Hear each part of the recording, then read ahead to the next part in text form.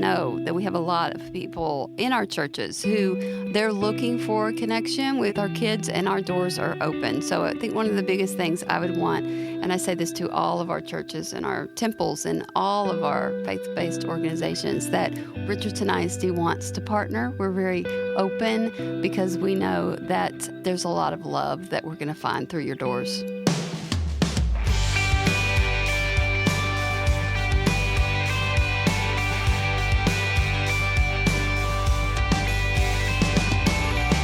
Hello, and welcome to More Than Sunday, a weekly podcast where we take a deeper dive into the stories, themes, and questions of our faith. My name is Eric Chakowski. I'm one of the worship directors here at First United Methodist Church, Richardson.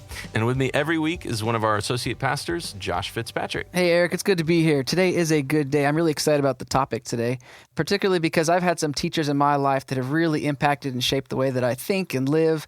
I remember my third grade teacher in particular, Mrs. Campbell, was just a saint of a teacher, one of those teachers that you never forget. Not only did she make incredible pies that we would auction off, and every once in a while we'd get a pie delivered to our house, but I remember one moment when she recognized a love of words and writing in me. This was in third grade, and she gave me a book of poetry. It was a simple gift, but I remember that stuck with me to think that I would receive a gift of somebody who recognized the gifts within me.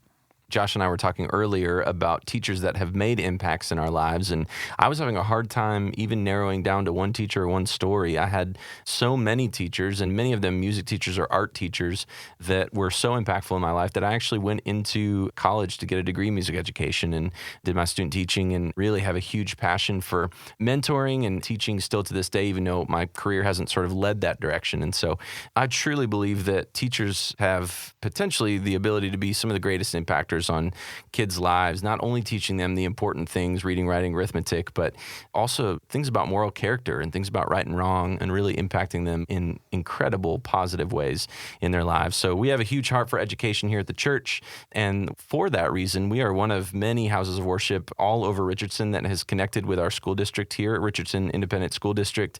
Here at FUMCR, that looks like our partnerships with Greenwood Hills and Mark Twain Elementaries, and the work that we do with them really in partnership, and we stress that word because we really care about strengthening our community. Our guest today on the podcast is somebody who has made an impact in her short time here as the superintendent of Richardson Independent School District. We are pleased to be able to welcome Dr. Jeannie Stone.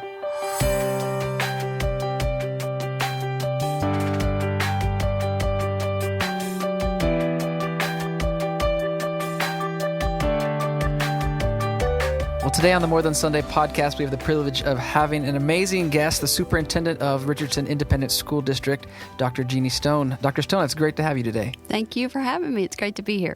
So for those of our listeners who are not quite familiar with who you are and what your role is, would you mind telling us about your role in particular, but also the journey that you took to get to this position? Sure. So I am the superintendent of the Richardson ISD, our school district here, and I have the honor and blessing to serve 39,000 students and all of their families that are associated with them, around 5,000 employees. And my journey to get here, I started out as a teacher in Dallas ISD, a 7th grade English teacher. Quickly moved from there to high school because the 7th graders didn't really get my jokes. And so I needed to move on up to senior English, where I taught for 6 years. I really, when I was a teacher, had a lot of, I was the person that was always picked to do everything from sponsor of the Spanish club, even though I didn't speak Spanish, to student council sponsor, to all kinds of things. And so quickly learned that I like to do a lot of things to help and to serve others. And so I had a great mentor that steered me toward administration. So became a high school principal and then moved into central office, did lots of positions serving people there, and eventually moved up to be superintendent of our school district. And it's just truly a blessing because it gives me the opportunity to serve so many people. Well, I know that you're a blessing for the school district as well, and we've heard you speak really passionately about teachers and the students of Richardson. So what drives that passion for you? So when I was a teacher, I loved teaching. I loved everything about teaching, but I became an administrator in every position that I've been in to serve teachers. But when I left the teaching profession, when I left the classroom, a mentor of mine said, you have to take the teacher's eyes with you and see everything through the teacher's eyes, because they are the eyes that are closest to kids.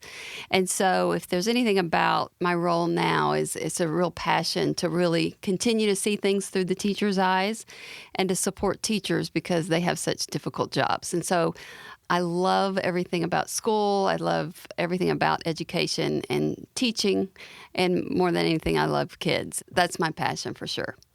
And I think it's evident. I know Eric and I have several teacher friends. We have several members of our church who teach in the district here, and each of them speaks so highly about their position and their opportunity to teach in this particular school district. One of the things that I'm impressed with our school district is how your social media presence is so robust. And one of the messages that seems to be coming clear through at least the beginning of this school year is this campaign called Say Something. Would you mind telling us more about that campaign? Sure. So first, to social media, it can be a really great thing. And for me, with 5,000 employees and a community of 39,000 kids and their families, it is an opportunity for me to say something to them through, I'm big on Twitter. So at 3J Stone is my handle. Follow me. Okay. And, for me, it's a real genuine way that on any given time of day, I can send a shout out to teachers. I can celebrate. And I really use it as a positive way to inspire others.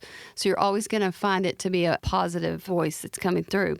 But Say Something for us this year is our big focus. And it is about having a voice out in the Twitterverse or the universe, one that's positive and spreading and celebrating the good in public education and in life and this journey that we're all on, because life can be hard, teaching can be a hard profession, but there's lots of good that's out there. And so I find that a lot of people are really challenged with some negative things that are out sometimes in social media or out in just society messages in general. And so we want to be a messenger of positivity. And so that's been what we've been focusing on. There's lots of different levels to that. It's about not holding back when you need to say something positive to somebody. You never know that it might change their day or their life. It's about never missing out on the opportunity when you see that there is an injustice, speak out and say something about it. It's about if you think that we can do better at something, we want to have a culture where we're open to listen. And we know that we can only get better when people feel that they can speak out and say something. So that's what Say Something is about. There's a lot of layers to that, but it is about an open culture where everyone's valued and respected and has a voice to say something. It's so encouraging to hear the ways that you're leveraging social media for that message of positivity. Social media, I imagine, is one of the ways that schools are different these days. And the city of Richardson and the school district of Richardson certainly has changed a lot over the last several decades. How do you see the school district today? And maybe what are some of the current realities and dynamics that are more unique to the year 2019? Yeah. So, Richardson, the community, and the school district, we're the 9th most diverse school district in the state of Texas. Wow. And so with that diversity, it's been a change for the community.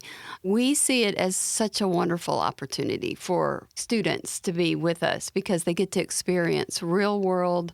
They get to experience all of the different types of people that they'll experience once they leave our district and go out into the real world. So I think, as that has changed, it provides us opportunities to figure out ways that we can appreciate and ensure equity. And equity is a big agenda for our school districts, ensuring that every single person is seen and valued and that there aren't any barriers that get in the way that would provide every single student, 39,000 of them, an opportunity. Another way that we have changed is that we're growing. So we could possibly hit 40,000 students within the next 5 years. And 40,000 is a big number, right? 40,000. But I always like to say that on every single day of the school year, on any given day, the first one shows up somewhere. At some school, the first one shows up, 6:30 in the morning maybe. And then this amazing thing happens between that 6:30 hour and the 9 a.m. hour, and that we go from one student, the next one, the next one, the next one comes, the next one comes, and this amazing thing happens. We go from 1 to 39,000. So it's a culture that we're trying to build where every single one of them is seen and valued and that we meet their needs. And we have a lot of great people who are working to make that happen. And so if that's the current reality of the school district, as you're looking forward and visioning for the future, what does the future of RISD look like? You know, we're challenged with a lot of things because we want every student, when they leave us, to go out into a future that they're going to create. And so, you know, when you and I were in high school, when I was in high school a long time before y'all were, but when we were in high school, when we got to our 9th grade year, we would just choose random things, classes that we would want to take. A big challenge for us now is to ensure that those 4 high school years are very intentional to be formative so that we're creating a pathway that when they graduate, every single student, when they cross the stage, we want them to know where they're going next because we have this opportunity while we have them to help them to build that. And so one of the things that we're working really hard is to make sure that the 4 high school years are a pathway to a future job, career. So we have lots of things going on in terms of workforce development and ensuring that while we have the kids in high school, that they're going to either get dual credit or college hours or certification, or at a minimum, we're trying to expand their minds to know what their interests are so that when they graduate, they have a great life ahead. I love to hear that. I think in my own personal philosophy, one of the greatest things that public education can do for kids is set them up for the future and let them know that there are opportunities for them and pathways ahead for them, whatever that may look like for them, but remind them that it doesn't have to stop here and that it hopefully won't stop here. So that's great to hear. So as First United Methodist Richardson, we're a church that's been in Richardson for well over 100 years. We've had church members who have gone through Richardson schools and are still here. Their kids have gone through Richardson schools and graduated. So if we've got empty nesters in the community of Richardson, what are some ways that folks that maybe don't still have kids in Richardson schools can be helpful to RISD?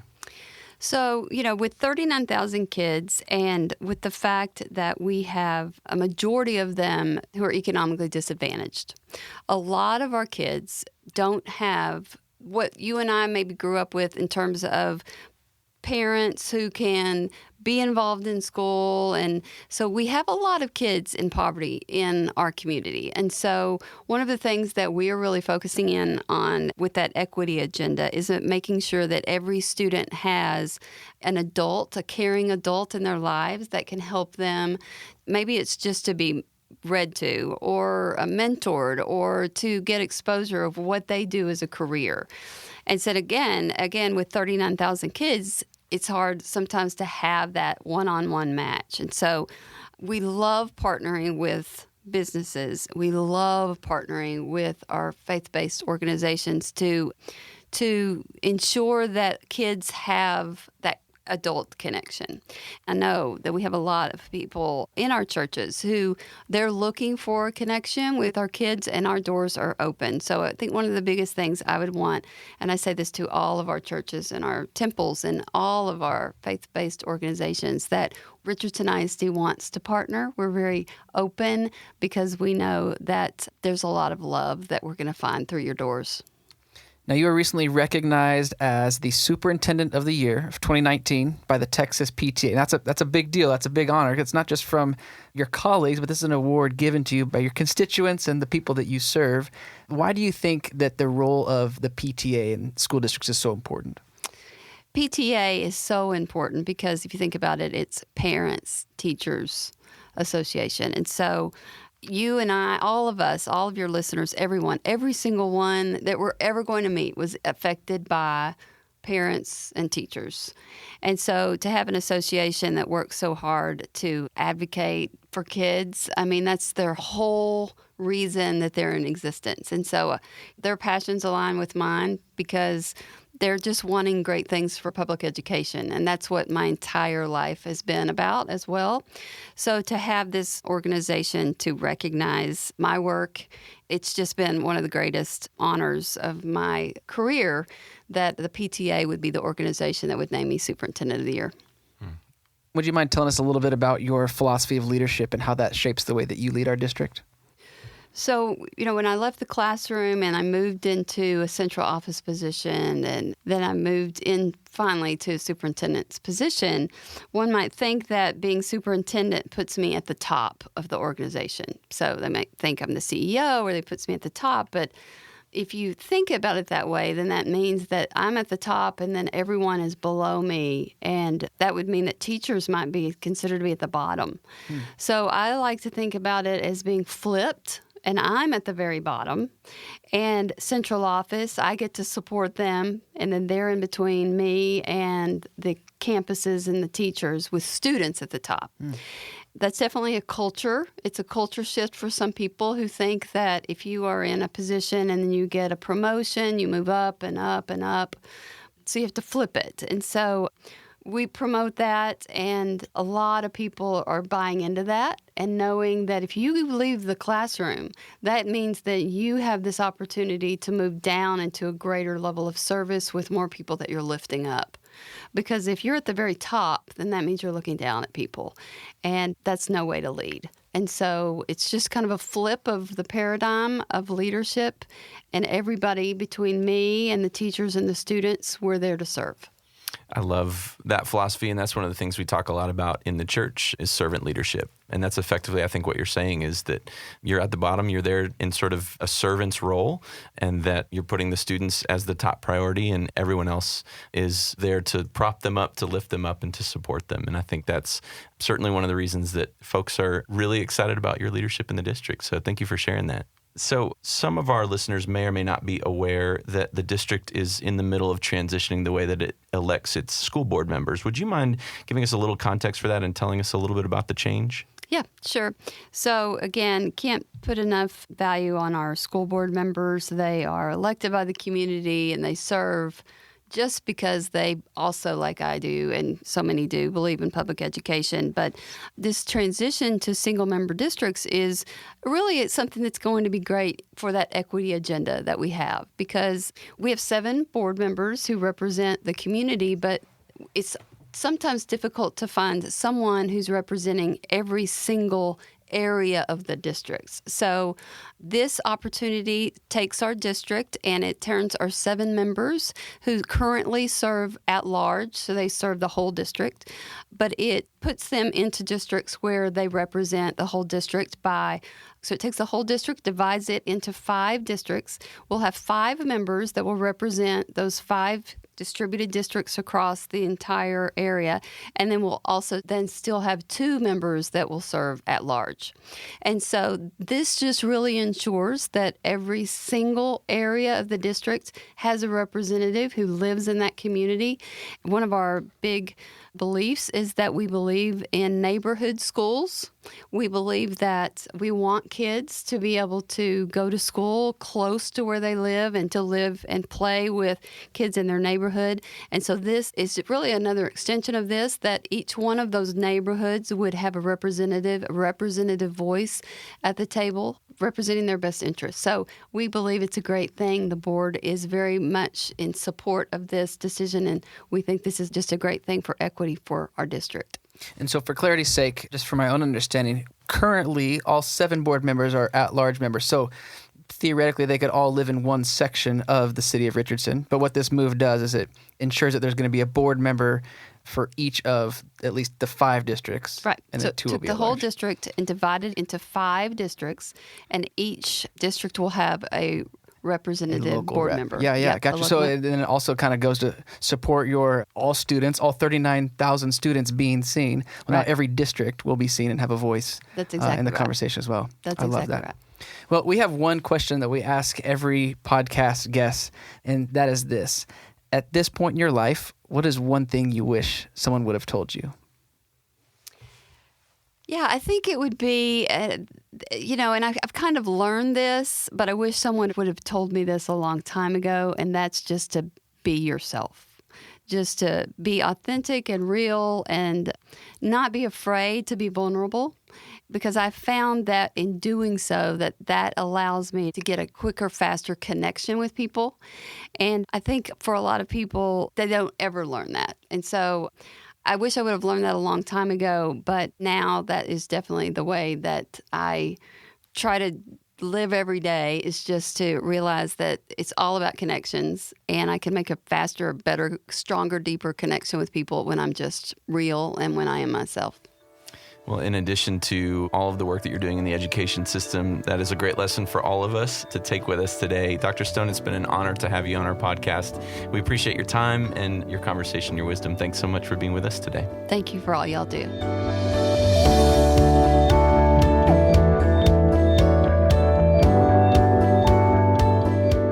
You know, one of the things that I love that Dr. Stone said was about this campaign to say something. Now, on the one hand, that means pointing out the injustices that happen and the bad things that we need to have the courage to speak up. But on the other hand, it's this emphasis on encouraging one another and not focusing on the negative things, but also bringing to light and sharing those positive things that are happening not only in the school district, but all around our community. To hear more about those positive things that are happening in our school district through our partnerships with Greenwood Hills and Mark Twain Elementaries, you can visit our website at fumcr.com/morethansunday. Also, here in North Dallas is an event that has been growing significantly over the past several years, and that is North Texas Giving Day. It takes place tomorrow, September 19th. There's a kickoff event at the City Line Plaza here in Richardson from 4:30 to 7, where you have the opportunity to donate to a number of nonprofit organizations here in the area, including RISD. And so we'd encourage you to not only attend the kickoff event, but to also choose a nonprofit to help out by sharing your resources. It was an honor to have Dr. Stone on the podcast today, and we hope that you heed her encouragement in supporting our schools, no matter if you're young, old, kids, or not, in whatever ways that you can. Thank you so much for tuning into this episode of More Than Sunday. If you like the podcast, please feel free to share it, go online and leave a comment, or give us a rating so that others might hear about us. We've got a new episode coming out every Wednesday, so make sure you also subscribe to the podcast on Apple Podcasts, Google Play, Spotify, or wherever you get your podcasts so you don't miss our next episode. If you want to find out more about First United Methodist Church Richardson, you can find us online at fumcr.com as well as on Facebook and Instagram. Special thanks to Dr. Stone for joining us this week, and make sure you tune in next Wednesday. Have a great week.